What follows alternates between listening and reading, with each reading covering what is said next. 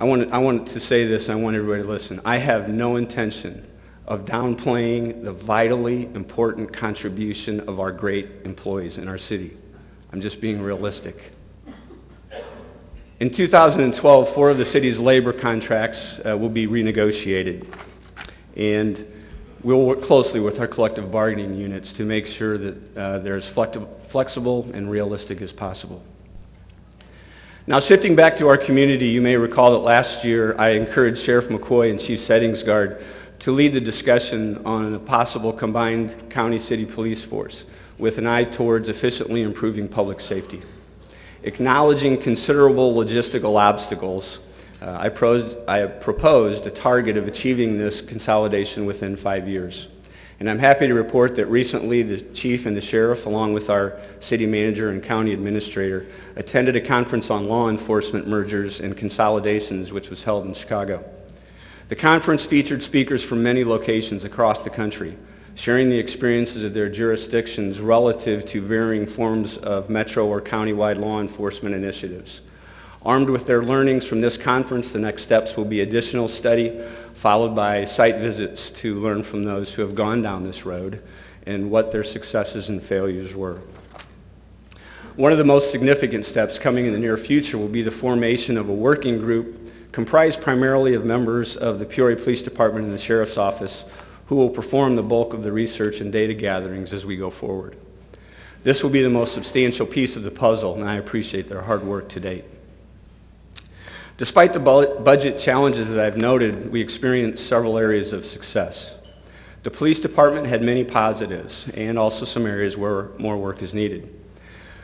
A COPS grant, the city helped the city maintain our police workforce, and as a result, 2011 saw a 7% reduction in violent crime, primarily attributable to a 10% drop in aggravated assaults.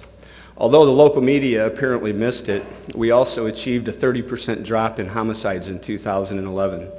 Our goal is always 0, but we need to acknowledge improvements when justified. The police department continued its strong partnership with Carl Cannon's elite group, and once again we experienced a full year of large-scale special events without an incident of mob violence.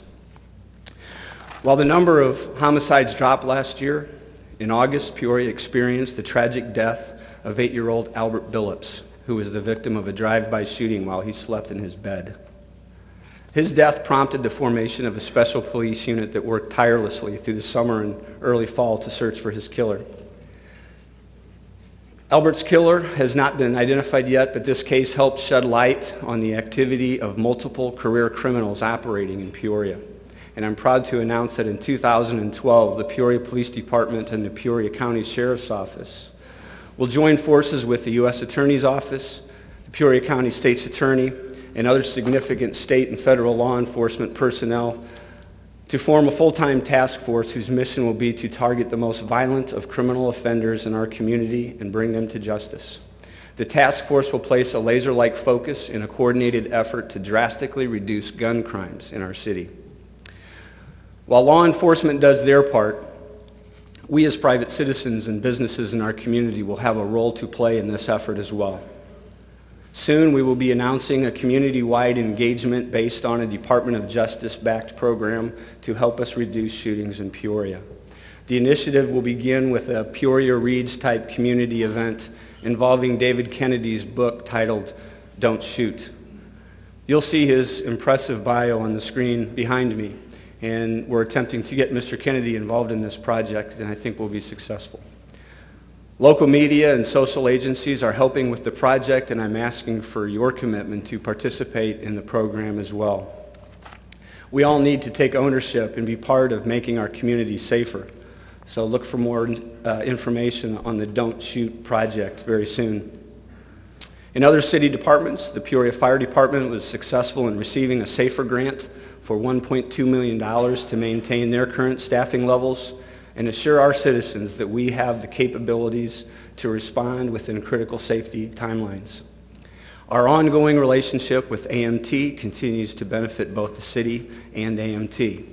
We'll begin placing our second ALS engine company in service this year thanks to that relationship. Our citizens are the beneficiaries of having ALS paramedics first on the scene of a medical emergency. AMT will train and assist 9 more firefighters to achieve paramedic status this year. The strategic relationship that has developed over the years would not be possible without the support of AMT's Executive Director, Andrew Rand, as well as County Board Member Andrew Rand, and the AMT Board. In our inspections department, a strong effort will be made to increase accountability for landlords and tenants. In 2012, the city will begin to introduce new tools for landlords and tenants to improve Peoria's neighborhoods. The city will present landlord training sessions with topics such as how to follow city ordinances, how to screen for good tenants, the importance of having a good lease, how to properly follow a legal eviction process, and so on. In addition, the city has developed a recommended lease and handbook to assist landlords and to create a more universal lease model throughout the city. On the building side, building permit fees surpassed $1 million last year for the first time since 2008, a strong indication that our local economy is on the upswing and people are investing in Peoria. We're hopeful that trend will continue in 2012. 2011 was a busy year for our Public Works Department as well. It seems like a long time ago, but it was just about a year ago that the Public Works Department did a great job in handling that big snow event in February. Notable road projects include the completion of Northmore Road between Knoxville and Sheridan, major improvements on the intersection of Glennon University, Phase 1 engineering and the improvements to Washington Street in the Warehouse District, developing plans for Allen Road improvements, improving sidewalks and curb ramps in the Glen Oak and Harrison impact zones, and much needed design work for road projects at Hickory Grove and Allen Road, and also the Alta-Radnor intersection, just to name a few. I could go on at length, but suffice to say, our City of Peoria employees have a lot on their plates and are doing a tremendous job. Similar to what you're doing on the private side, they're working more efficiently with less manpower to get their work done effectively and professionally. Time's growing short, so I'll give some rapid-fire considerations for all of us to think about as we leave this afternoon. Tough decisions and hard work have set the stage for us to realize success when the Peoria Riverfront Museum opens to the public later this year.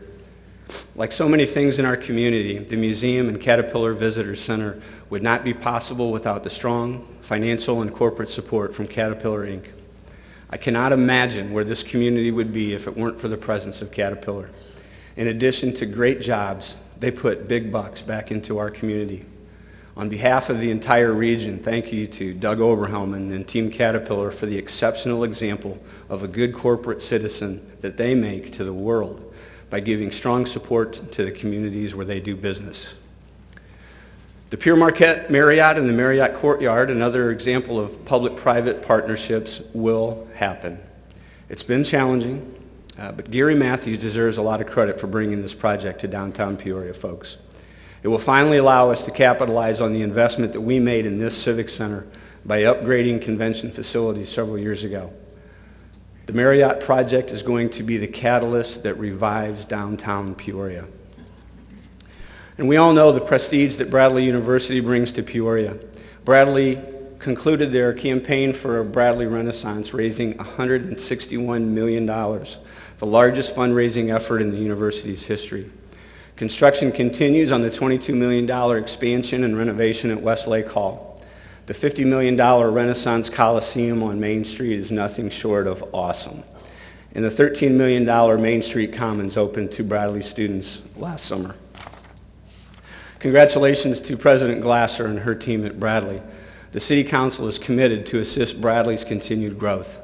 We don't take the millions of dollars that they pump into our community for granted, and our thoughts and prayers continue with President Glasser during her recovery. Congratulations are also in order to Dr. Sarah Rush and the University of Illinois College of Medicine Peoria for opening the Cancer Research Building last month, another strong example of successful public-private partnerships. We're thankful and fortunate to have Dr. Jasti Rao and his team developing cures for cancer right here in Peoria. That still seems hard to believe, so let me repeat it.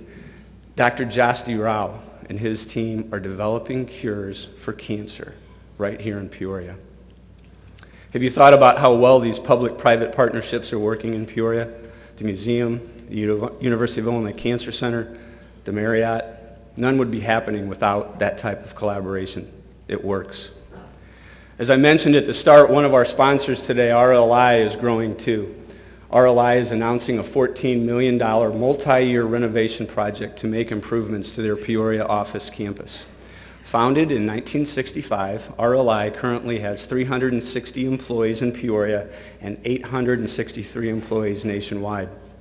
RLI's investment in this project reaffirms their commitment to provide their employees with a world-class working environment, strengthen their local roots, and contribute to the economic vitality of Peoria. This $14 million expansion will create over 100 local design and construction jobs throughout the course of the planning and building renovation process. Thanks again, RLI. We're glad that you're in Peoria. And it would be difficult to complete all of these capital projects without the highly skilled tradespeople that we have in our region. Thanks to their hard work, we have quality construction by trained professionals, and their contribution makes this community better and stronger. Continue to support the hard work being done by Superintendent Granita Latham under the direction of the District 150 Board. They have an extremely difficult job and need all of our support to be successful. Have you thought about volunteering in one of our schools? They could use your help. And on the topic of education, I've been working with a group of mayors in similar-sized communities as Peoria throughout the state to form an urban mayors caucus. We're going to work together to try to influence legislation to help us improve our urban public school districts. More information about the Mayor's Caucus will be coming out soon. And look for more good things coming from the Quest Charter Schools. Their expansion into Columbia is good for the charter initiative, good for that neighborhood, and good for Peoria's education opportunities. Choice works. A big thanks to Peoria County for their financial support of the expansion. And speaking of education opportunities, I hope you'll consider supporting or continue to support the Peoria Promise Initiative. Peoria Promise has sent over 1,000 students to college at ICC in just 4 years. This has been possible due to the generosity shown by this community who believe in the power of education. Some of these generous donors are shown on this slide behind me. Remember that Peoria Promise is not a needs-based scholarship. Its focus is economic development by encouraging more people to live in the city limits so they're able to participate in the program. Over 70% of ICC graduates stay in this area to live and work upon graduation. Thank you to Dr. Irwin and his team for all of their support of Peoria Promise, and I'm excited to announce that the Peoria Promise Board is working very hard to expand the program in the very near future. The plan would hopefully allow Peoria kids that attend private schools to participate in this outstanding education program. Peoria Promise relies 100% on private donations to provide these scholarships, which necessitates more fundraising, but the board is committed to making it happen. I hope you'll help us make that expansion possible. Look for more exciting growth at OSF's main campus as the Jump Trading Simulation and Education Center begins coming out of the ground this spring.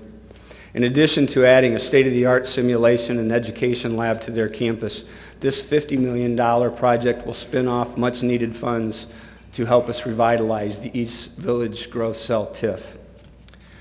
I noted that Carl Cannon and his elite group earlier, but if you haven't been down to Treewin School or heard about what his group is doing there, take some time to learn about it. Or better yet, visit the school in person. It's making a huge difference in the quality of education our kids are getting, and Carl is hoping to expand his model to other schools in District 150. We're very fortunate to have Carl Cannon and his army in Peoria. Thank you, Carl.